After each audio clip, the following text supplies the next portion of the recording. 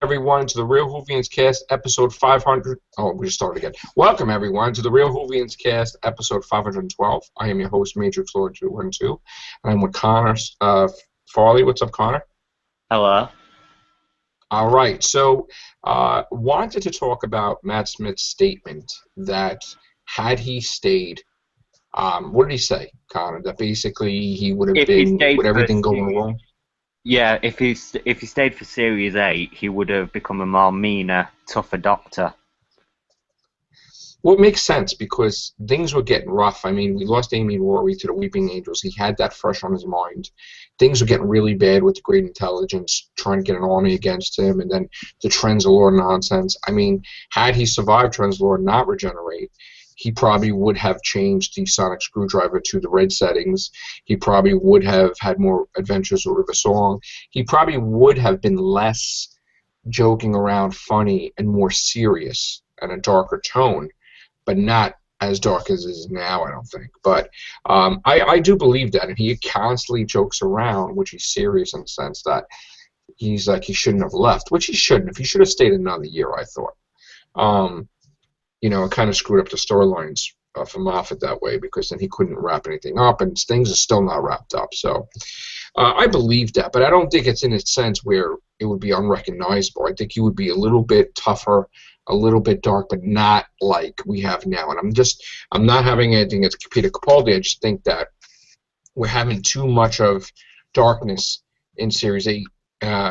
From the finale to the Christmas special, it's getting very, very dark in areas, and it doesn't have that thing that it had Series 5, 6, and 7, where you had the trailers promoting it, you had the music that was like fresh and just boom, banging, like the threat. It was like really exciting, and it had that fun and family feel. And now it's just like, you don't have that. I mean, you have a seriousness that, people could die and stay dead and different things. And all of a sudden now Moffat decides to kill people for real rather than what he's used to. And people are getting confused because they're thinking he's going to bring Osgood back, he's going to bring Danny Pink back, and now he's changing his style, and that's not his style. He doesn't do things like that, but now all of a sudden he changes it and people are getting shocked. So I for one, wasn't happy with the finale. I watched it like about 13 times, each part. And then together I watched it maybe about, it was just, there's a good points in the finale, with Missy and things, but the whole, Danny Pink, Clara thing was a repeat from Doomsday, technically, and the Christmas special would just, I feel fell flat. In fact, my rating has gone down from 6, so based on more viewing. So here's hoping that Series 9 is more uplifting. You can't have an episode like Forest of the Night with the kids in the school and caretaker, and then you have this friggin' nonsense darkness. I don't know what you think, Connor, but tell me what you think. Well, I said the other day, because I remember we were having this exact same conversation, that I liked the darker tones of Doctor Who. That's kind of what attracts me as a fan. Right. In terms of Matt Smith, saying that he wanted to become a tougher, meaner Doctor, I would have actually preferred that, and I can understand why, based on like the trauma that he had with Amy and Rory, etc. And Trenzalore, as you said, I think he's a lot meaner anyway, because of those events. So I think it's understandable, and I kind of would have wanted that to happen, and it might have made me like Matt Smith a bit more. Because I'm known not to be a fan of Matt Smith. Like, really, I'm not a fan of Matt Smith. I am a fan of Matt Smith as a person, just not as a Doctor, because of that funny, comedic kind of character, the clown in a way. But yeah, I can understand why he would become a lot meaner. Definitely. It's fine that he can be funny, but there has to be a seriousness to it. And when you lose Amy and Rory, I fully expected him to just. Not that he had to become Time Lord victorious, but he would just go after the Weeping Angels. Hold on a second. Continue.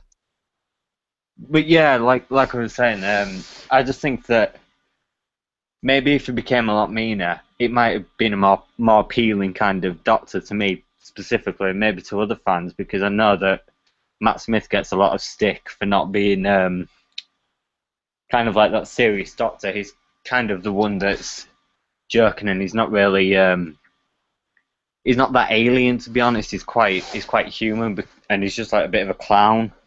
And I know that kind of annoyed some fans, particularly David Tennant ones, who had stuck with that Doctor for so long that they had to kind of like, and then they had to transition to this clown-like figure in Matt Smith. But if he became a lot meaner and darker, a bit like Peter Capaldi, but maybe not as much, because I know that Peter Capaldi's kind of like just dark and mean all over, and I don't think that kind of like Matt Smith would have been exactly the same. But if it was a bit like that, I think it would have definitely made for better viewing, because the Doctor has to be alien in a way, and I don't think that Matt Smith quite grasps that alien kind of thing like Peter Capaldi does. Yeah.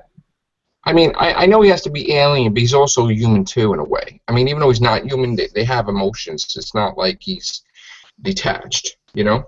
Yeah. And just by him crying when Rose and him were separated, just by him crying when Amy and Rory died, you know, he has human emotions, you know? Maybe they're not human, maybe everybody has emotions, but, and to me, you know, he basically was going to retire his whole, everything he loved doing, he was going to Clara in the Snowman. So, to me, after that happening, then the great intelligence coming after him with the Whispermen, and say he would have survived Trenzalore, right? He would have came out of that like, you know what, the heck with this. Everybody's coming after me. I'm going to go after everybody like I did in Good Man Goes to War, but like times 1,000. And I'm going to make them be, like, scared of me, like, when the blue box appears and I collect favors. You know, that's when he was darker. That's when he was a threat, a force to be reckoned with. And had he done that, magnified, people would have really, I mean, like, really been scared. I mean, because they were already scared when, you know, when Kavarian and the church, like, they kept hearing things from Dorian, they were getting a little worried. They're like, oh my god, you know, this and that, this and that. And the Cybermen too was like, oh my god, you know, he just pissed. That's what happens when you're pissed off, and he was pissed off. So I really feel the biggest missed opportunity was not that he's going to become a murderer or anything like that, but the Weeping Angels are like pure evil. They're not good in any way. They're never going to be good guys. And I would have felt, being that, you know, that he would have went after them and did something to them that would have basically cut them in half power-wise or something, you know? Like, something. He would have did something. And I really feel that River Song has a tie to the Weeping Angels because Amy is her mother, and Amy almost became an angel. So River, you know, being that she was born from Amy, she said she could hear them. She could understand the Weeping Angels more than anybody because she had that connection with Amy, you know, her mother. So I feel that we could have had more stories about explaining that, oh my god, we didn't know that River was an angel hunter or whatever, you know? And we could have had him going after the angels, like, totally. And I think that's a missed opportunity, because it doesn't make sense why he left a friggin' Weeping Angel in the cemetery where he could constantly, you know, the Doctor wouldn't do that. You wouldn't leave Daleks on Earth to attack people. He would have took the angel out of there, or even if they filmed something where he just went back after he was upset and just took the angel in space or something, I felt that, like, that would have made sense, or just threw it in space, you know? I don't see how he would just leave an angel on Earth. I just don't understand that. I mean, Moffat, the way he does things, he doesn't realize it, but when he does a script, he constantly has to explain himself. Well, if he actually explained everything, he wouldn't have to explain himself. If he actually made some extra scenes showing things, then you'd be like, okay, that makes sense. Of course he didn't leave the Weeping Angel on Earth. He threw him down, somehow got him in the TARDIS and put him in an airlock or something. So, you know, threw him out or whatever. But, you know, simple things like Moffat should just start explaining things in the script rather than have to explain to everybody, because nobody knows what the hell he's doing half the times. Yeah. And, you know, Matt Smith is just a victim of the writing, just like Peter Capaldi is, you know. And that's the way he's writing it, and that's the way he wants his people to write it, because Moffat controls the scripts.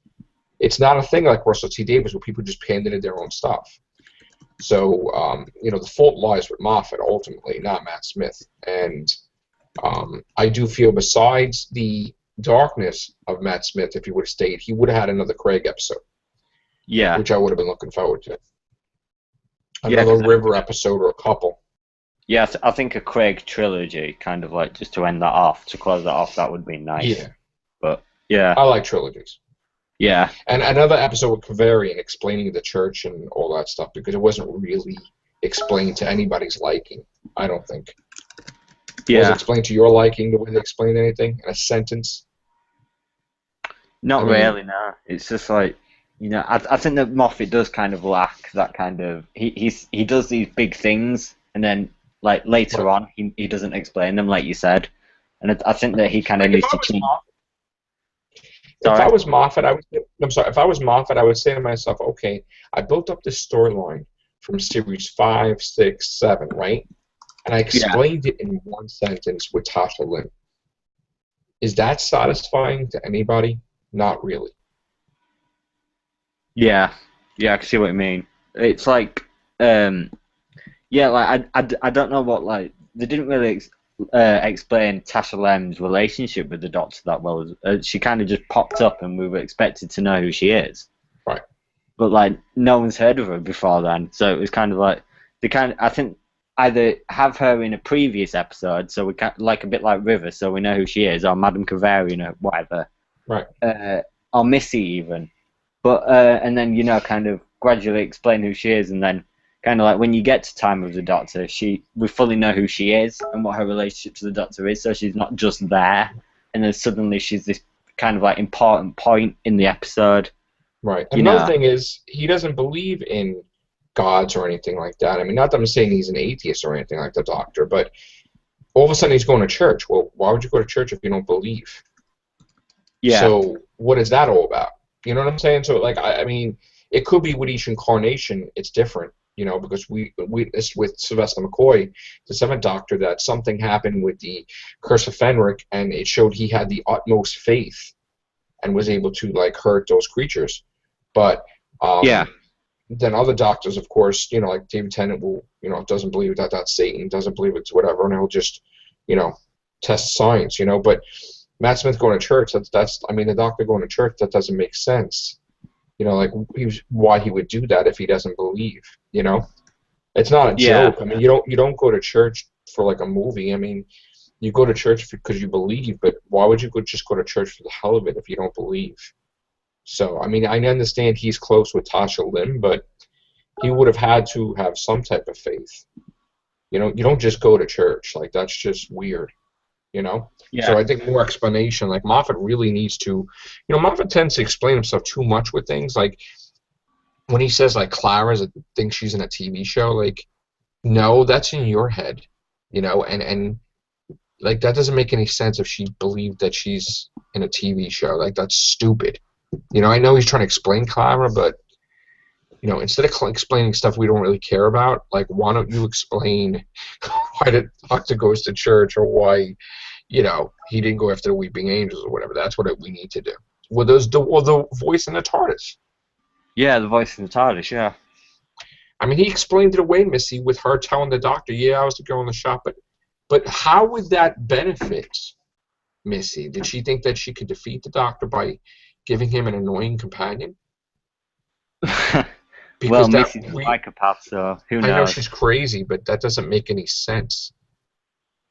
Like, does she control Clara, which she could just... I mean, she doesn't, obviously, so... Clara could just be kind of like, to Missy, a way of kind of just spying on the Doctor, just watching his every move. Yeah, maybe she has something with Clara where she's like a camcorder, a walking camcorder. Yeah, exactly. Camera, just watching every adventure. Yeah. Maybe by getting absorbed by the great intelligence and then coming out of it with super intelligence about computers, maybe something was implanted in her where she could just watch everything. I do feel that, Missy's part of an overall picture of the Master. She she was probably the TARDIS that was projecting, I mean, you can't just project a ganger outside of time and space. You would have to have an enormous amount of energy when Amy was a ganger for a couple episodes. You know what I'm saying? Like, you would have to, and Missy said, I've been up and down your timeline. Well, maybe you're following him somehow.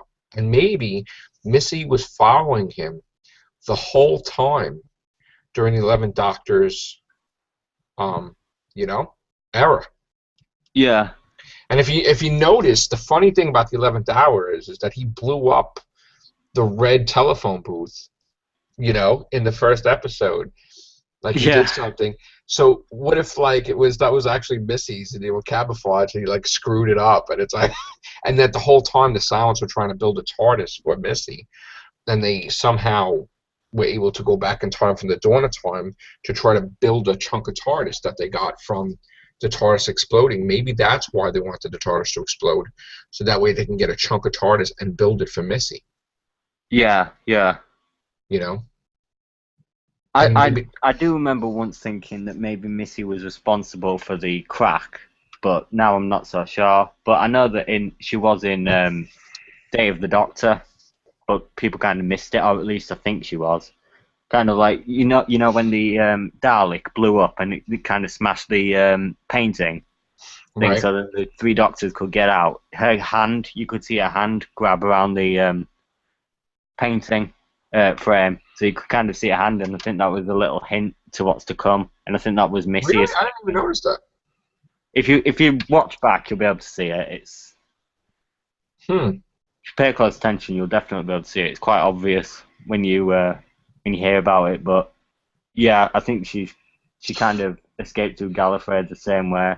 It would be nice if they can get Matt Smith back to just film certain things with Missy as an edit to episode 9, like series 9, that we would know, like he could wear the original suit that he wore for series 5 and 6, and then show parts of the episode that we didn't see where Missy's in the background or something, Yeah.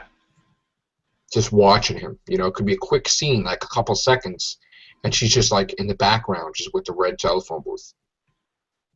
And she could be talking to the Doctor in series 9. She's like, "Oh, you remember this? I was there. Didn't you notice this? Didn't you notice that? I gave you little hints that I'm here and there." Yeah. Hey, Brandon. Hey, what's up? Ariana Grande. Everybody loves Ariana Grande. Me too, man. So, how you doing, bro? Happy New Year. Yeah, you too. Yeah, I'm alright. So what do you think, man? What do you think Series 9 is going to be? Hopefully good. Yeah. No. What do you think? You excited? You think it's going to be good? Kinda, yeah. I'm looking forward to it. Hopefully, What about? yeah. No, go ahead. I'm sorry. No, go ahead. Oh, sorry? No, I said I'm too big. Sometimes we're in a lag and I interrupt people. I didn't mean to. Oh, no, it's okay. What do you think about what Matt Smith said? How he stated he would be a darker, meaner Doctor?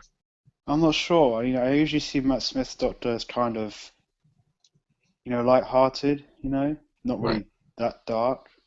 Even though he had dark scenes, but he isn't really a dark Doctor, if you get what I mean. I know. I think it would be more of a Good Man Goes to War extended, if that was the case, but not necessarily totally dark. Yeah. Yeah. So only a few parts where you might be dark, but not completely, like you said. Yeah. And what do you think of the resolution is going to be with Missy? You think that she's going to stick around the whole length of Peter Capaldi's stay as the Doctor? I think they'll probably keep her on, maybe do an overarching story arc, maybe something like that. I think she's going to be like an Anthony Anley, where she's going to stick around to the next Doctor after Peter Capaldi. Yeah, I think that might happen. Yeah. They could go a totally different route, and while we're expecting the Doctor to become a woman, he becomes a teenager. Yeah. This again, yeah. Yeah, I know. I'm telling you, dude. Moffat lies through his teeth, and we're all focused on waiting for him to turn into a woman, and it's not going to happen that way. I don't think. He fools us. So. I don't know. Yeah. All right, gang. I know it's New Year's Eve and you guys are partying and stuff, so I just want to wish everybody a happy New Year. Happy and safe one, guys. And 2015 will be a glorious year. While Doctor Who's off the air, we will have the Everything Show, but we will still do the Real Whovians cast. And thank you very much, Connor, and thank you very much, Brandon. Thank you. All right, take care. Bye for now. Thank you.